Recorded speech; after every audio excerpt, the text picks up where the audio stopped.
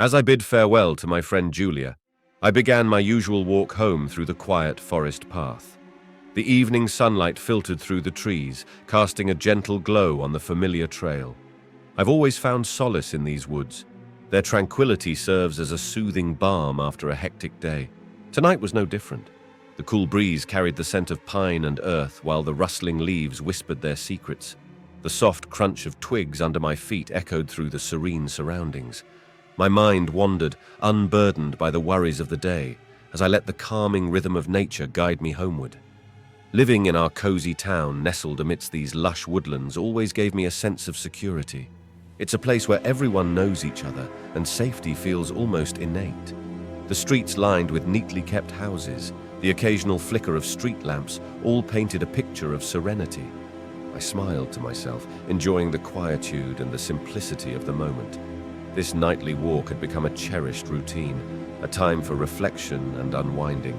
Little did I know, tonight's walk would mark the beginning of an unexpected turn of events. But for now, as I strolled along the familiar path, I couldn't help but feel grateful for the peacefulness. As I walked along the moonlit path, the tranquility of the forest began to envelop me once more. The soft glow of the moon illuminated the well-trodden trail, casting eerie shadows among the trees. Each step I took seemed to echo louder in the silence, accompanied only by the occasional rustle of leaves in the gentle breeze. Then, amidst the peaceful symphony of nature, I heard it, a faint but distinct sound of footsteps behind me.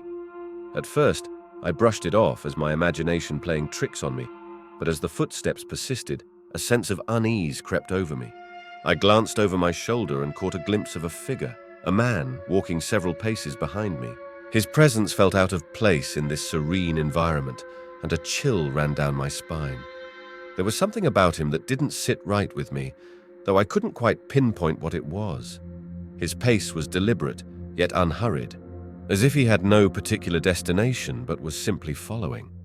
I quickened my steps, hoping to shake off the unease that was beginning to settle in my chest. The rational part of me tried to dismiss my growing anxiety, attributing it to being alone in the woods at night.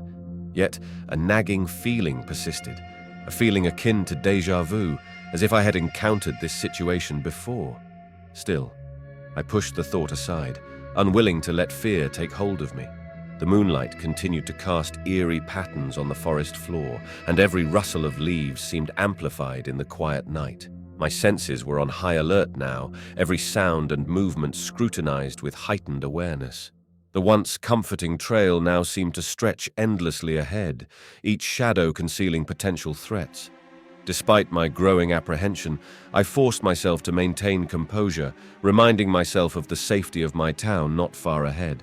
The well-trodden path beneath my feet offered some reassurance, as if guiding me towards familiarity and security. Yet with every step, the presence behind me felt more palpable, like a shadow refusing to fade into the night. I focused on putting distance between us, heart racing with each deliberate stride towards home. Little did I know, this encounter would mark the beginning of a nightmarish ordeal that would challenge everything I thought I knew about safety and security in our quiet town. But for now, all I could do was walk faster, heart pounding in my chest, desperate to leave behind the unsettling presence that trailed me in the moonlit forest. The footsteps behind me quickened, growing louder and more urgent with each passing second. My heart pounded in my chest, fear gripping me like a vice. Every sound reverberated through the quiet night, amplifying my sense of dread. I couldn't shake the feeling that the man was closing in on me, his presence becoming ominously palpable. The rational part of my mind screamed at me to run, to find safety, but my legs felt like lead. Panic threatened to overwhelm me as I desperately searched for a way out.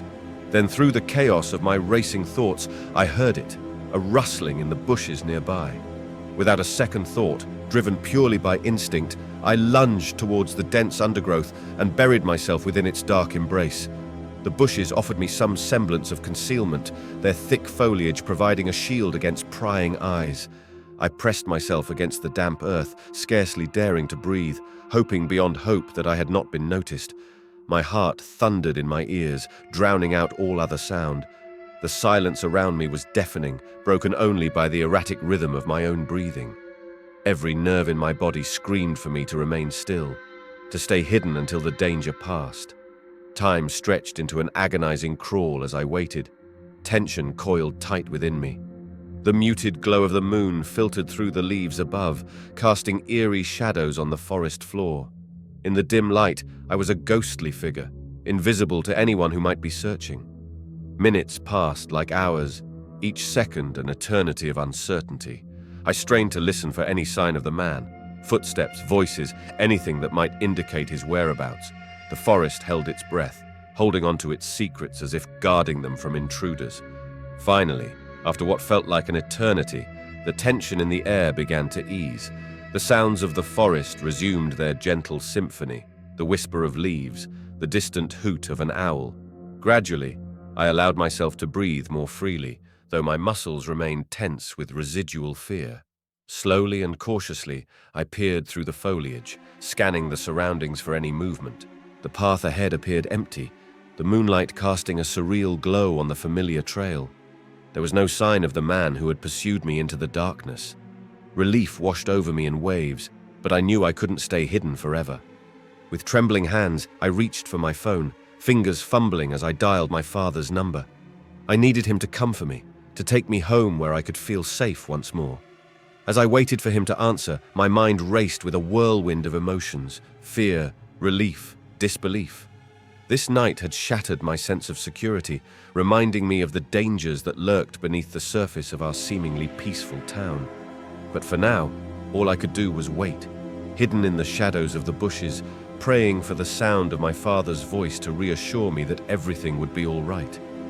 The darkness of the forest enveloped me as I huddled in the thicket, heart still racing from my recent escape. Every rustle of leaves, every snap of a twig sent shivers down my spine, amplifying the eerie silence that surrounded me. I dared not move, scarcely allowing myself to breathe, fearful of attracting any unwanted attention. Then, as if materializing out of the shadows themselves, I heard the unmistakable sound of footsteps approaching. My pulse quickened, dread pooling in the pit of my stomach once more. I held my breath, straining to hear any clue about the stranger's intentions. He stopped just a few feet away from where I hid, the rustling of leaves under his feet betraying his proximity. I peered through the foliage with wide eyes, heart pounding so loudly I feared he might hear it.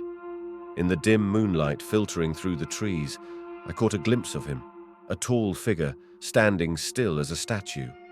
And then he spoke, a voice low and deliberate, uttering words that chilled me to the bone. If you cheat and you get caught, then you're a cheater. If you cheat and succeed, then you're talented. The words, a quote from South Park, hung in the air like a sinister proclamation. My mind raced, struggling to comprehend the meaning behind his words. Was this a threat? A twisted game? The air around me seemed to thicken with uncertainty, and I fought the urge to flee in blind panic. Instead, I remained frozen, eyes fixed on the shadowy figure before me. He seemed to linger there, unmoving yet somehow searching. Every instinct screamed at me to run, but fear rooted me in place.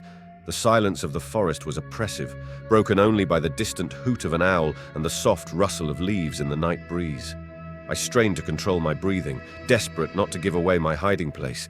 His presence loomed over me like a spectre, casting a shadow over the once familiar woods. What did he want? Why was he here? Minutes passed like hours, the tension thickening with each passing second. The stranger's gaze swept over the area, searching for any sign of movement. I pressed myself deeper into the undergrowth, willing myself to become one with the darkness, praying that he would leave without discovering me. Finally, after what felt like an eternity, he turned and walked away, disappearing into the labyrinth of trees. I exhaled a shaky breath, my entire body trembling with relief and lingering fear. The forest seemed to exhale with me, its silence broken, but its secrets still intact. I remained hidden for a while longer, until the sounds of the night returned to their usual symphony. With cautious movements, I emerged from my hiding place, heart still racing, but determination set in my gaze. I needed to get home, to safety, and to make sense of the terrifying encounter that had unfolded in the heart of the tranquil woods. As I cautiously stepped back onto the moonlit path, I vowed to remain vigilant. The stranger's words echoed in my mind, a haunting reminder of the darkness that could lurk beneath even the quietest of Nig.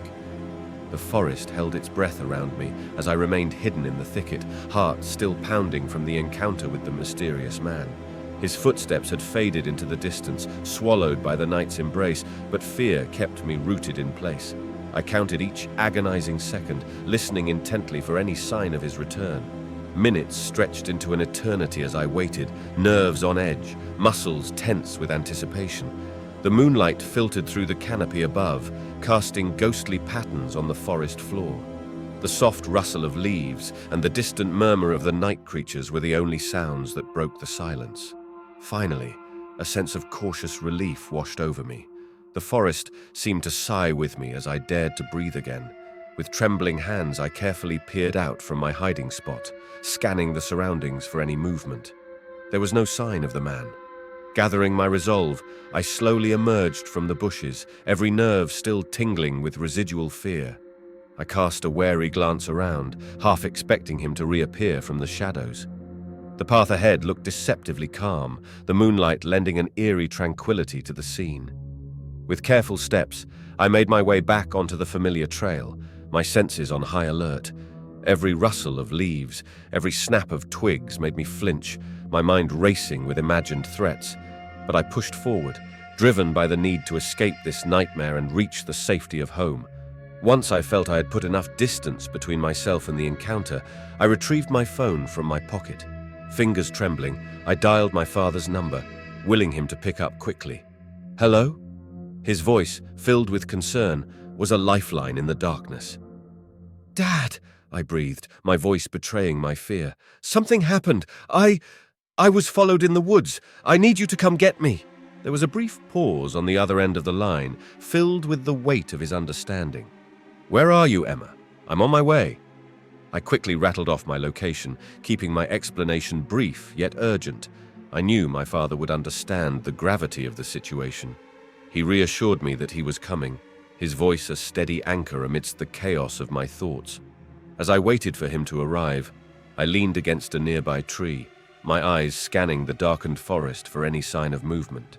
The moonlight continued to filter through the branches above, casting shifting shadows on the ground. Minutes later, I heard the familiar sound of my father's car approaching. Relief flooded through me as he emerged from the vehicle, his presence a comforting shield against the lingering fear. He enveloped me in a reassuring hug, wordlessly understanding the turmoil I had endured.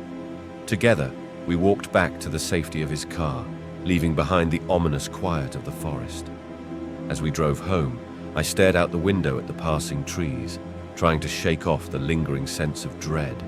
The night had shattered my sense of security, leaving me shaken but determined to find solace in the familiarity of home.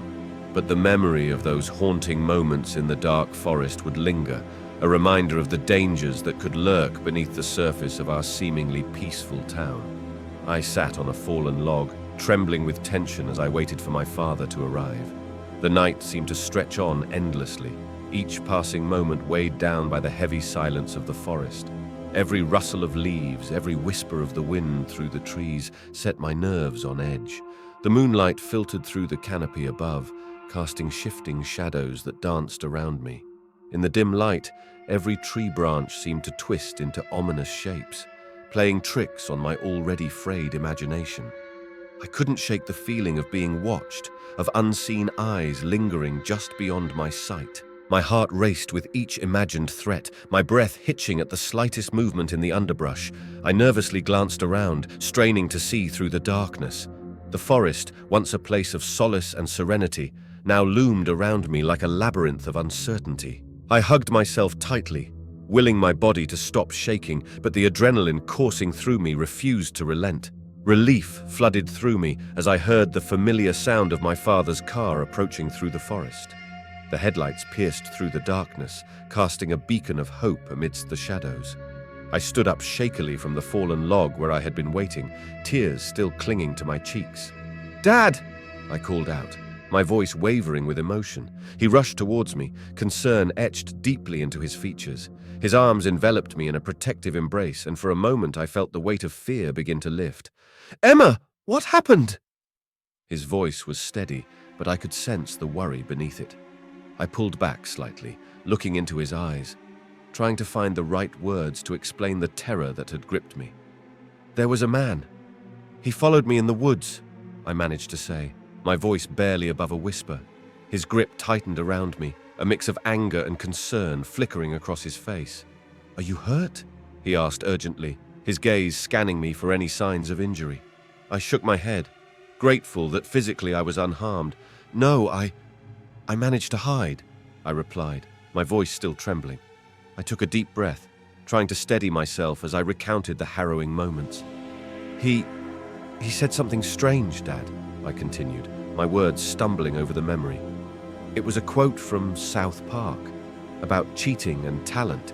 I thought he was going to—" My voice trailed off, unable to articulate the fear that had gripped me. My father listened intently, his expression grave as he processed my words. He held me close, offering silent comfort as I struggled to make sense of the terrifying encounter. As we sat on the edge of the forest clearing, enveloped by the darkness and the rustling leaves, I felt a mixture of exhaustion and relief wash over me. My father's presence was a reassuring anchor in the midst of uncertainty. "We need to report this," he said finally, his voice resolute, "and we'll make sure you're safe." I nodded, grateful for his calm determination. Together, we would navigate the aftermath of this night, ensuring that the safety of our town was not compromised by unseen threats. After arriving home safely with my father, the events of that terrifying night began to unfold in a whirlwind of action. My father wasted no time in contacting the local police department. Together, we sat in the quiet confines of the living room, illuminated by the soft glow of lamps, as he relayed every detail of the encounter to the authorities. The police took my statement seriously, jotting down notes and asking clarifying questions about the man's appearance and behavior. I described him as best as I could remember, tall, dark-haired, wearing a dark jacket, and recounted the chilling quote he had uttered. Their faces grew somber as they listened, understanding the gravity of the situation. It wasn't just about what had happened to me, it was about preventing any potential harm to others. They assured us that they would initiate a search based on the description I provided, coordinating efforts to locate the individual and determine his intentions. As the evening wore on, my initial fear began to give way to a sense of relief. It was a relief not only that I had escaped unharmed, but also that my voice had been heard, and action was being taken to ensure the safety of our community. The next day, I accompanied my father to the local police station. Inside, the atmosphere was a mix of urgency and determination. Maps and photographs were spread out across desks, officers discussing potential leads and strategies for locating the suspect. I sat quietly in a corner, feeling a sense of surreal detachment as I watched the investigation unfold before me. Every now and then, an officer would approach us, asking for further details or updating us on their progress. Each interaction reaffirmed my gratitude for their swift response and dedication to keeping our town safe. Hours passed in a blur of waiting and hoping. Finally, a detective approached us with a determined expression. "We're following up on a few leads," he informed us. "We'll keep you updated on any developments." I nodded, my heart heavy with the weight of uncertainty. Despite the ongoing search, I couldn't shake the feeling that the man's presence still lingered in the shadows of my thoughts. As we left the police station, I glanced back at the building, knowing that behind those walls, dedicated officers were working tirelessly to bring resolution to this unsettling chapter in my life. Back at home, I found myself pacing the familiar rooms, unable to shake off the lingering unease. My father tried to reassure me, his words a steady anchor amidst the storm of emotions. "We'll get through this, Emma," he said softly, his voice filled with determination. "The police are doing everything they can." I nodded, forcing a small smile. Deep down, I knew that the search was just beginning. A search not only for the man who had haunted my night, but also for a sense of security that had been shattered by his presence. The police's swift action led to the apprehension of a man matching the description I had provided. It was a cloudy afternoon when they found him again in the park, where the unsettling encounter had taken place. He was taken into custody and brought to the police station for questioning regarding the incident involving me. Inside the precinct, the atmosphere was tense yet methodical. Officers moved with purpose, conducting their investigation with meticulous detail. I sat in a small waiting area, nerves frayed as I awaited any news about the man who had cast a shadow over my sense of safety. After what felt like an eternity, a detective approached us with a solemn expression. "We've detained the individual," he began, his voice measured. "He matches the description you provided, and we've initiated questioning." My father and I followed the detective into a dimly lit interrogation room. The man sat across from us, looking disheveled and bewildered. His eyes darted nervously as the detective outlined the purpose of the interrogation. The questioning began, and as the man spoke, it became clear that he was suffering from a mental illness. His disjointed explanations revealed a mind clouded by confusion and obsessions. He nervously repeated phrases, including the quote from South Park, which he explained was from his favorite animated series. I listened in a mix of relief and empathy, relief that he was not the menacing figure I had imagined, yet empathy for the struggles he faced due to his condition. It was a sobering reminder of the complexities of human behavior and the importance of understanding mental health issues. As the interrogation progressed, I couldn't help but feel a pang of sadness for him. His actions had instilled fear in me, but now I saw him as a vulnerable individual caught in the grip of his own reality. After what seemed like an exhaustive session, the detective concluded the interrogation. "We'll continue to monitor the situation," he assured us, his voice tinged with reassurance. "But for now, he'll be placed under appropriate care and supervision." Leaving the police station, I felt a mix of emotions swirling within me. Relief washed over me knowing that the immediate threat had been addressed. Yet, I couldn't shake the lingering unease and compassion for the man who had unwittingly caused such turmoil. Back home, I found solace in the comfort of familiar surroundings. My father sat beside me, offering silent support as we processed the events of the day. Despite the resolution, I knew that the memory of that night in the woods would stay with me, a reminder of vulnerability and resilience in the face of fear. In the days following the incident, I slowly began to find my footing again. The once ominous memories began to lose their sharp edges, softened by the warmth of support from my family and friends. At home, surrounded by familiar comforts, I sought solace in their presence as we discussed the events that had unfolded in the quiet woods. My family rallied around me, their concern palpable, yet their reassurances comforting. They listened patiently as I recounted the night of fear and uncertainty, offering words of encouragement and understanding. Each conversation brought a sense of healing, helping me navigate through the aftermath of the trauma. Friends reached out with messages of support and offers to spend time together, providing a welcome distraction from lingering thoughts. Their gestures reminded me that I wasn't alone in processing the ordeal, that there were people ready to stand by me through the journey of recovery. Yet, amidst the outpouring of care and compassion, a lingering sense of guilt weighed heavily on my mind. I couldn't shake the empathy I felt for the man who had unknowingly sparked such fear within me. What if he had needed help instead of my immediate fear-driven reaction? The thought gnawed at me, a reminder of the complexities of human interactions and the impact of perception. Reflecting on the experience, I began to reassess my own sense of safety and vigilance. The incident had underscored the importance of being cautious and aware of my surroundings, even in familiar settings. I resolved to take proactive steps to enhance my personal safety, while also advocating for greater awareness of mental health issues that could manifest in unexpected ways. As days turned into weeks, the sharp edges of fear began to soften further. I found myself venturing back into the peaceful embrace of the forest, accompanied by friends and family who understood my need to reclaim a sense of normalcy. Each step forward was a testament to resilience, a gradual reclaiming of peace and security that had briefly been shaken. The support of loved ones became a steady anchor, grounding me in the knowledge that I was not defined by moments of fear, but rather by the strength to overcome them. And as I looked ahead, I carried with me the lessons learned from that night, the importance of compassion, vigilance, and the enduring power of community in times of adversity.